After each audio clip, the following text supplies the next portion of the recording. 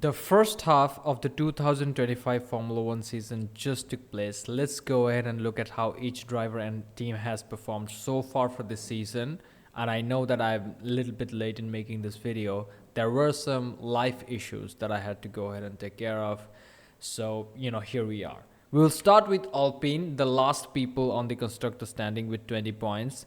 Pierre Gasly has been pulling a Max Verstappen in this team and he has scored 100% of the points. And I think that is going to be trend for the remainder of the races because Alpine, in order to give their second driver a chance, need to create a stable situation, a stable environment. Because the second driver, whether it is Jack Doohan or Franco Colapinto, these guys are rookies. And rookies need a stable environment to get used to the speed of Formula One, to get used to how the race weekends happen, to get used to the complicated cars and the complex technologies. It takes time to build a relationship with the team, with the engineers and the mechanics. Whether it was Franco or Jack Doohan, they need a calm environment, an arm around their shoulder. They don't need the pressure of Flavio Briatore and like the 5 race deals and the 6 race deals that he has been giving them. And another fuck up that these guys have done was that if their initial purpose was to discard Jack Doohan, they should have never even put him in the car in the first place. Give those 6 extra races to Franco Colapinto. He would have destroyed the car a few extra times, but at least he would have learned more about the car and the chances of both of these two drivers standing on the podium like it happened in 2024 Brazilian Grand Prix where both the Alpine drivers, Pierre Gasly and Esteban Ocon, who was in Alpine at the time, stood on the podium and they leapfrogged. I think they were ninth at the start of the race, and after the end of the race, they leapfrogged everyone and finished P6 in the constructors.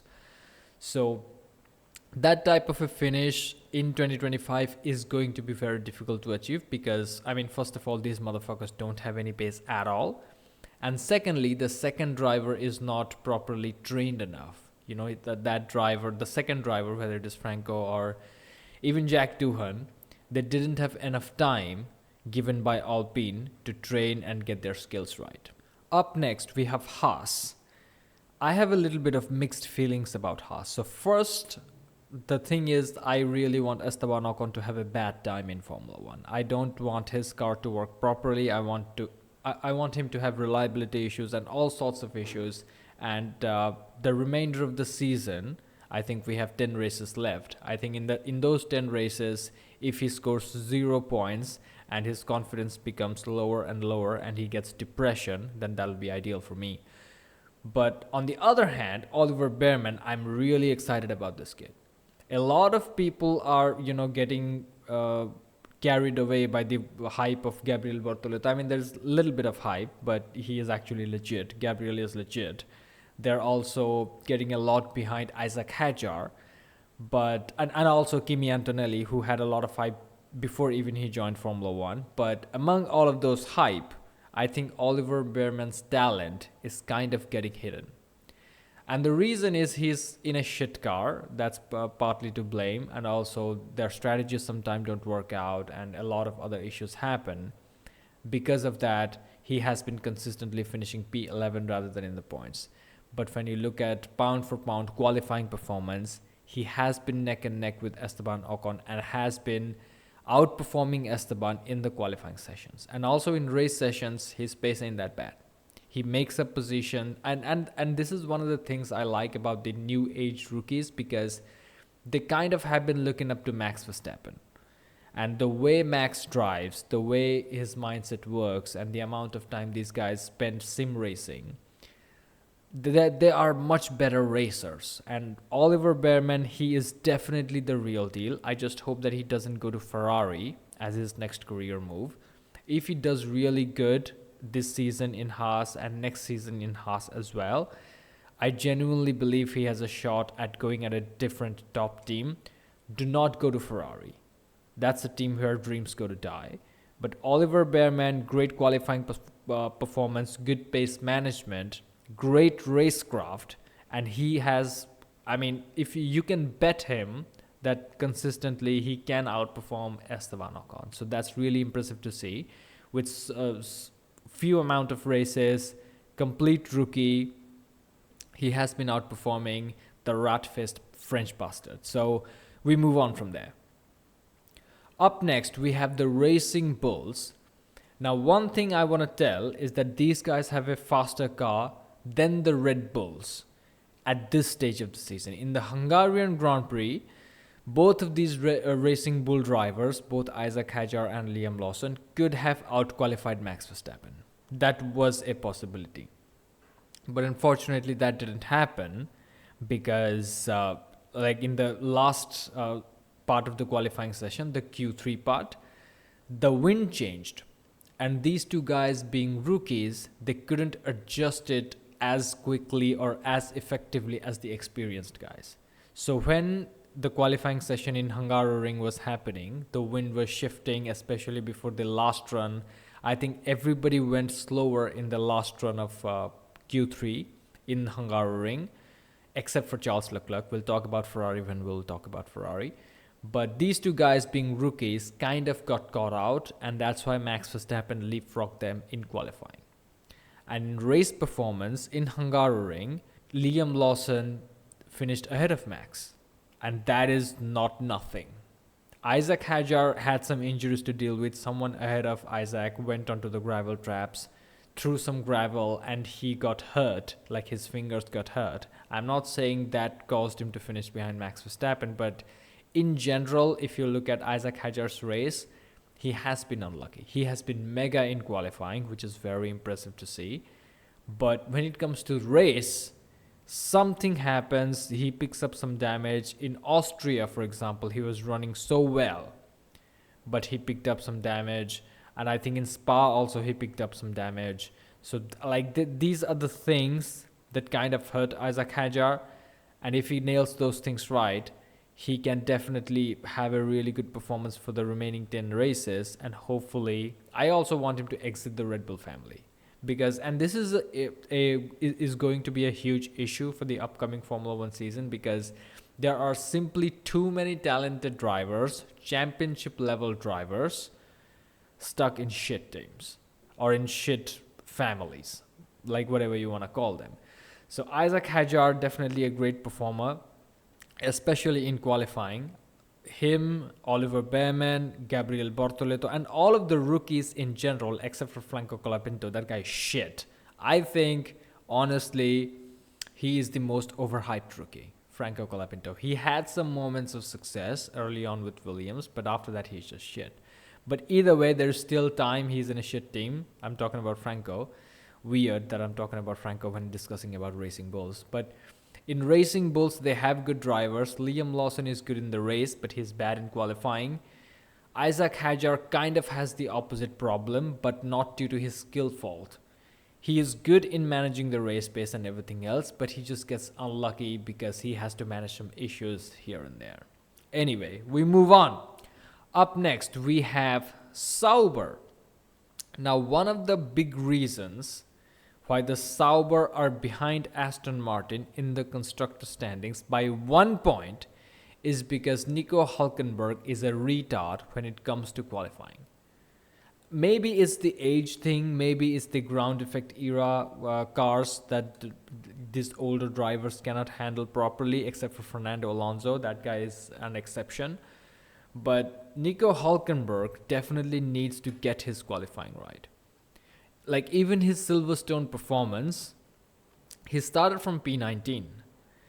Similarly, you look at his performance in Spain and like a bunch of other races, like he starts from way behind all the time. And it's impressive to see his racecraft and how he executes the entire race, how he keeps to maintain pace in each of the stint and maximize the value of each of the, not value, but like the life of each of the tire, and extracts every bit of performance out of it without harming his car basically. But unfortunately, his qualifying performance is going to cost Sauber significantly huge amount of championship points. Because in Hungaroring, the most recent race, Gabriel Bortoleto started P7, overtook Lance Stroll for P6, and he retained that position. He defended very well against Max Verstappen as well, Gabriel Bortoleto. And obviously he finished P6, Totally deserved the driver of the day. Great performance from him. Throughout qualifying, in my opinion, Gabriel has been very impressive. But Nico Hulkenberg, right now, he needs to step it up. He needs to step up his qualifying performance. If he does, had he qualified well in the Hungaroring, both of the Saubers would have finished in points, and they would be ahead of Aston Martin in terms of championship points. So Nico Hulkenberg definitely needs to fix the issue. Consistently, he's behind, is what I'm trying to say. But anyway, we move on. Aston Martin. So Fernando Alonso is Fernando Alonso. There's nothing much to say. Initially, for the first many races of the season, I think for first 6 or 7 races of the season, he was nowhere. Then from Spain, he started to score some points. And his best result, I think, of the season came in the 2025 Hungarian Grand Prix. And he delivered. He actually created the DRS train. So initially there was the first 4 people, Charles Leclerc, both of the McLarens, and George Russell. And then Fernando Alonso holding off everybody else. And right behind Fernando was Gabriel Bortoleto. And right behind Gabriel Bortoleto was Lance Stroll. So Lance Stroll is actually a good driver. I'm going to go ahead and say it. A lot of people mock on him and just make him the punching bag because he's an easy target. If you look at the highlight reel of Lance Stroll, there are a lot of crashes and very few, if at all, overtakes. But he is good. He is not as good as Fernando, obviously. There are very rarely any driver, except for Max Verstappen, who is on the level of Fernando. I think it's unfair to compare Lance Stroll with the drivers, with his teammates. He's definitely not on their caliber. He's definitely not Formula 1 material, but he is not that shit, is what I'm trying to say. The internet will have you believe that Lance Stroll doesn't belong in Formula 1, and on some level he doesn't. But he ain't that bad. So Lance Stroll has been scoring some decent points as well, and because these two drivers work in tandem, especially Lance Stroll had a good performance in Silverstone. He dropped like a stone in the later stages of the race because the deck was too high on his soft tires. I don't understand why Lance chose to go on the soft tires instead of the medium in the Silverstone Grand Prix when it was dry. That was not the right call, but I guess he's kind of stupid. Either way, maybe it was a team call, who knows. But the point is, these two guys are performing well, and it's showing in their championship points. If you actually look at the performance of the Aston Martin, they're not that good. But because both of the drivers are scoring a little bit of points here and there, good things are happening, and now they're, I think, 1, 2, 3, 4, P5 in the constructor standing. So very good performance by them. Anyway, we'll move on. Williams. Things are not looking that good for these guys. I'm just going to go out and say it. Because, yes, they have a good car, but they're always managing something. It's kind of like McLaren from 2024 or Ferrari every season. When Ferrari, what they do is in every race they have some issue. Whether it's the strategy issue, whether it's the car's reliability issue, whether it's a track that doesn't suit them, whether it is a track that some incident happens and their drivers get fucked up. This is the story of Williams. So initially, they kind of started consistently picking some points, especially with Alex Albon. Carlos Sainz was new and he was, learning and stuff like that. But then from Miami and Emilia-Romagna, Imola, they had some good performances. They picked up some nice points, and I think both of the Williams were in points in those races, and they were leapfrogging everybody else. They were bringing in those chunk of points that cemented their position in the championship standing as best of the rest, that sort of thing. But unfortunately, after that, they had some cooling issues. Alexander Albon's car had some engine cooling issues, and Carlos Sainz's car had some brake cooling issues. And that issue caused a double DNF in Austria. And around those races, if you look at their performances, after Monaco, because in Monaco these guys had pace. Obviously in Monaco it doesn't matter, but both of the Williams were in the points in Monaco. They were playing the back up to create a gap so that my teammate gets a free pit stop. Like, that's the game that they were playing, and it worked for them in Monaco. Good teamwork. Obviously the teammates are not going to fight that much when you are not fighting for the world championship, so good teamwork from them. But they really needs to find their rhythm and to just have clean weekends. And this is the issue because for many years in the past, Williams were not competitive at all. And now they're competitive, and now they're just getting too excited every race. They're like, let's try to go ahead and get both of the cars in points. Let's try and, put in aggressive strategy and try to outthink. That's not the right approach. That's not the next step for you guys. The next step for you guys is to just have clean weekends. Because initially, Alexander Albon's side of the garage had clean weekends. Carlos Sainz was still learning.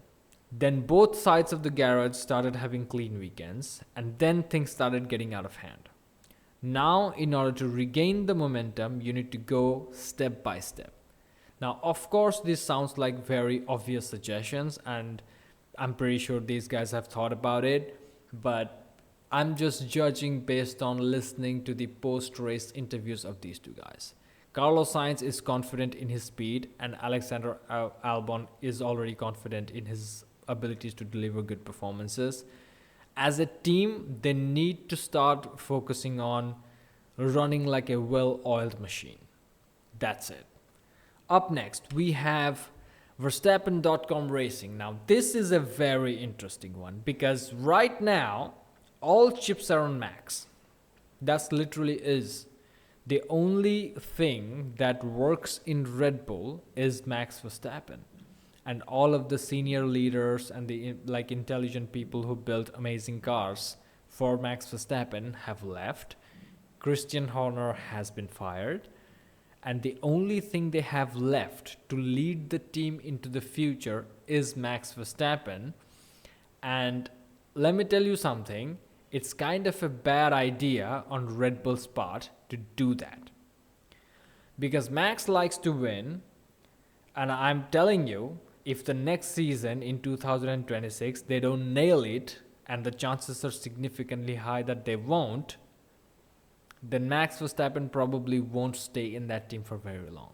And even if he does, he's gonna start getting pissed off, and it won't be that fun for Max anymore to lead the team. When the team is winning and it's very easy, it's kind of like an off season, you just had your run of 4 world championships. Like 2025, you had a few victories, you had a few amazing pole positions, especially in Silverstone. All of that is good. You are now the de facto team leader. Everyone is looking at Max Verstappen for guidance because Laurent Mekies is the new guy. And Laurent is more hyped to work with Max rather than being hyped or excited about leading Red Bull into the future. I mean, I'm sure he is, but I think Max Verstappen is just taking all of the attention and spotlight. So 2026, regulation changes are coming. This is the first time Red Bull are entering a new era without Adrian Newey, without Rob Marshall, without a solid engine partner. Because in the Sebastian Vettel era, they had Renault, reliable. Then they had Honda, when Honda has cleared their all of their issues. They had the unsuccessful partnership with McLaren. Then they tried Honda with the AlphaTauri team. They had a little bit of success. Then eventually they made it into Red Bull, and Red Bull just performed reliably and had good performance. The next year, 2026, they're going with Ford. Everything is new. That's all I'm trying to say. And Max Verstappen is the only guy, and all chips on him. I'm not saying he's not a guy who cannot handle it, because he certainly can, but I'm just saying that if there is a guy who is fixated on winning and wants to win only, it is kind of a bad strategy to put all the dependencies on him and make him the bottleneck. Because what if he leaves? You never know that. The kind of guy that Max Verstappen is, obviously he's an honorable person, I'm not saying that. But if he sees that for the next, let's assume that 2026 and 2027, Red Bull is like the fourth or the fifth fastest car. Verstappen ain't gonna enjoy it, is all I'm trying to say. And on the other side, we have Yuki Tsunoda. It really doesn't matter who is on the other side, but Yuki Tsunoda is particularly shit. I don't know what it is about him. He just really cannot perform. Since Austria, I have been observing his racecraft is horrible. Not since Austria, if I'm being truly honest. Since his debut in Formula 1, I think in 2021 he joined Formula 1. 4 years in the sport. And he's just barely ahead of the Alpines. That's how shit he is. A lot of people are debating that the Red Bull car is horrible. But I think how horrible the Red Bull car is has kind of been increased. Like, I think it has been amplified a little bit due to Yuki Tsunoda's terrible performance. It cannot be that shit that you're fighting with the Alpines and barely ahead of them. You have to. We gave Yuki a lot of benefit of the doubt when he initially joined the team. There were some signs of hope. I think in Bahrain he scored a P9 or something like that. That was his highest points finished with Red Bull. But after that, he hasn't kept that momentum. He failed to continue to learn. And he totally deserves to get kicked out of Formula 1 at this stage. And I'm happy that this is his last season. On the other hand, he definitely has a lot of fans. It's probably like an Asian kid thing, like it's a fetish thing, I assume. So right now he needs to capitalize on this. He needs to go ahead and start streaming. Get that money. Motor racing is not for you. Asians cannot drive. We move on. There's not much to say about this except for the contract situation. George Russell, congratulations that now you have leverage that Max Verstappen said no to joining the team. And one key other thing, yes, there is an interesting thing. Two other interesting things actually. So the first interesting thing is that these motherfuckers are P3 in the constructor standings because of their own mistake, not because Ferrari was good. They had installed a wrong suspension since, I think, before Canada. But they won in Canada and had a podium in Canada.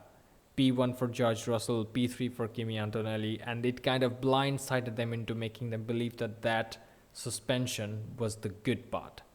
So they ran it for a few extra weekends and the performance just dipped away. And in Hungaroring, they reverted back. They went to the previous suspension. And George Russell was back on the podium again. And Kimi Antonelli had a good performance. He started P15. Finished P10, phenomenal performance by Kimi Antonelli, and as a result of that, now they're going to continue with the momentum. And if the Hungarian Grand Prix was any indication, I think Mercedes are going to outscore Ferrari in the remaining 10 races of the season to get P2 in the constructor standings. This is my prediction right now. Lock it in. The Mercedes are going to beat Ferrari to become P2 in the constructor standings. And that's really all I have to say. And that was the first thing. The second thing is Kimi Antonelli needs to focus more on racing and less on the other bullshit. The other bullshit being schoolwork. The other bullshit being, like the football club and his friends and all this taking these pictures. He's a teenager. I know. He's a child. He's in high school. He should be going to college and smoking weed and all these type of things. But you're in Formula 1. And if you're in Formula 1, fuck school. I don't really understand the point. Isn't the whole point to escape the rat race and the dog shit of education system that we have across the world? I cannot escape. I am stuck in this 9 to 5. I kind of like my job, but the education system is horrible is what I'm trying to say. So this guy needs to get his priorities straight. Do you want to be a Formula 1 driver or do you want to be like a headmaster for 40 fucking years of your life is what I'm saying. So Kimi Antonelli needs to get his priorities together. Up next, we got the favorite team in Formula One. I still am very surprised at how Ferrari have fans. I really don't understand how this dog shit of a team that deliberately ruins the careers of seasoned drivers, prodigies, is still a favorite. I don't understand how this team still has fans, because this is the strategy of Ferrari, right? What they do is they bank on their former glory, the glory days of Michael Schumacher. That's the time in which Formula One in itself was a different sport. And that was a time in which Ferrari had an unfair advantage. This is something that most Ferrari fans will not agree, or maybe they will. But Ferrari had a very unfair advantage over its rivals in the Michael Schumacher era. They had a lot of money, a lot of resources, a lot of ways of testing the car that others kind of didn't. And that's why they had their years of dominance during that period of time. After that, Formula One has changed, and these motherfuckers have showed their true colors. Kimi Raikkonen winning in 2007 was an anomaly. It's because Lewis Hamilton fucked up in China. That's it. If Lewis at least finished the race in P7, P6 or something, he would have won the world title in 2007 itself. But either way, the point that I'm trying to make is that these guys are incompetent, and they make a car which can perform in certain tracks like Monza, like Monaco, and they have world-class drivers because that's their focus. And the world-class drivers, whenever the car is good, they're going to perform well, right? Like if you look at Lewis Hamilton's performance in China Sprint, if you look at Charles Leclerc's performance in Hungarian GP qualifying session, if you look at Lewis Hamilton's performance in the Belgian Grand Prix, the wet part of the race, he was steering through the field. Also in the Belgian Grand Prix, Charles Leclerc was holding his own against a charging Max Verstappen, especially in the wet. So a lot of amazing performances have been put forward by these drivers. And I know that Lewis Hamilton's highlight reel in Ferrari is not that impressive. I don't think it's going to get any better for the remainder of the season. But that's the whole strategy of Ferrari. They show up the dog shit of a car that can perform occasionally sometimes, but it's borderline illegal. You cannot push it all the way in all of the races, in all of the laps. So it's a shit box. And because they have great drivers, they will kind of make the team look good. And all the celebrities will come. They will use Ferrari to chase more followers on Instagram. And obviously they have their dedicated social media teams whose job is to make the team look good in front of media, even though they look like absolute clowns on the track.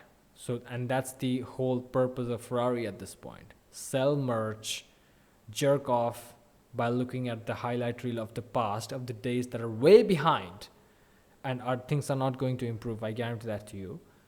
And that's the issue. I made a whole nother video about this, about Charles Leclerc and Lewis Hamilton. Things are not going to change, and I think within a season or two, Ferrari should lose all of the fans. I mean, they really don't deserve to have any fans. Up next, we have the most boring title fight between the McLaren drivers. And I'll tell you why this is the most boring title fight, because there is no animosity between.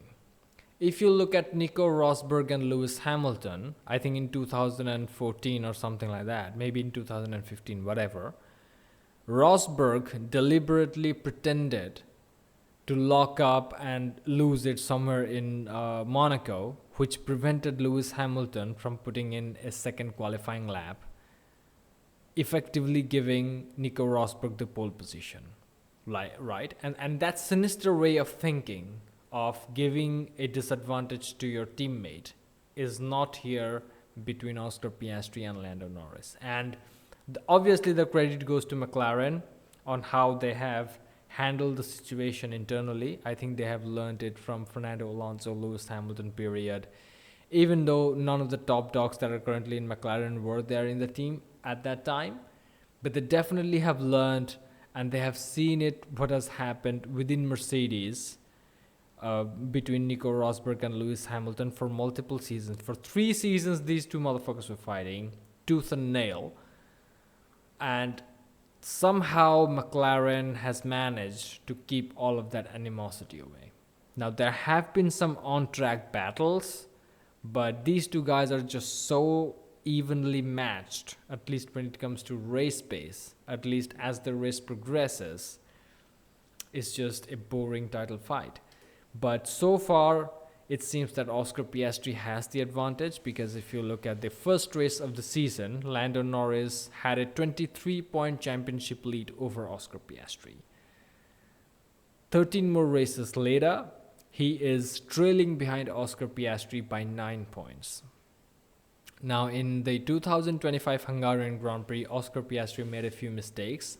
I made a detailed video about this. So basically what he did was, he didn't chase after Charles Leclerc hard enough. He should have pushed hard enough. And after that, he was just far too concerned on Lando Norris, and that's why he lost the race. He should have been focused on winning the race. When you are a Formula One world champion, you have to think like a champion first before you become the champion. You have to prioritize winning the races no matter what. Don't just focus on covering your rival when you have the fastest car. Max Verstappen, in the later stages of the 2024 Formula One season, he was focused on covering Lando Norris because he had a shit car. You don't. So Oscar Piastri kind of made a few mistakes in the 2025 Hungarian Grand Prix, and also massive credit to Lando Norris for making that one-stop work. And one thing about Lando Norris that I've predicted this many videos ago, many race weekends ago, is that he becomes unbeatable as the race progresses. After the pit stops are completed and the number of laps start to tumble down, the number of remaining laps start to tumble down, that's when Norris becomes stronger and stronger with time, because he finds his rhythm, he gets connected with the car as the race develops. And it's a critical thing Oscar Piastri needs to understand, that if you want to overtake Lando, you cannot wait until the first round of pit stops are over, or the second round of pit stops are over in case of a 2-stop race or whatever. You cannot really bank on those type of things, because that's when Lando is the strongest. And once he has the lead, you cannot really, if you want to become a world champion, you can't really rely on other people making mistakes. You have to focus on your own strength. So Oscar really needs to get the jump on Lando at the first half of the race if he's starting behind him. But the better plan is to just out-qualify Lando. And he can out-qualify Lando. One of the key things that we have seen, especially in free-flowing tracks. But I guess sometimes it's not enough. Sometimes he's just going too conservative in thinking about covering Lando rather than focusing on winning the race. The goals for Oscar Piastri for the remaining 10 races should be to win all 10 of the races. All of the 10 races, Piastri should get the double. Nail the qualifying, nail the race. Obviously, there are going to be some races with penalties and collisions and crashes and problems in qualifying in which you have to do the damage limitation. But the objective is just win all of the races. Now, Lando Norris, on the other hand, there are going to be many tracks in which Lando is going to be strong. In the second half of the season, there are fewer free-flowing tracks. Monza is a free-flowing track, and Zandvoort is one. But after that, you got Qatar, which is a dog shit of a track. These are the types of mathematical tracks, technical tracks that Lando Norris excels at. Abu Dhabi is another one. Another one is Singapore. So Oscar Piastri, if he wants to genuinely beat Lando Norris, because right now these two guys are neck and neck. Lando had a few bad weekends, and especially in Canada where he retired. So that's where Oscar Piastri kind of got the jump on him. But after that, Lando kind of remained in the battle. And for a second in the Hungarian Grand Prix, it looked like Lando would lose points to Oscar, but somehow he made that one-stop work. Big credit to him. For the remainder of the season, Oscar Piastri must win every race. That should be his goal if he wants to secure the world title. Thank you for watching, like and subscribe, and I'll see you in the next one.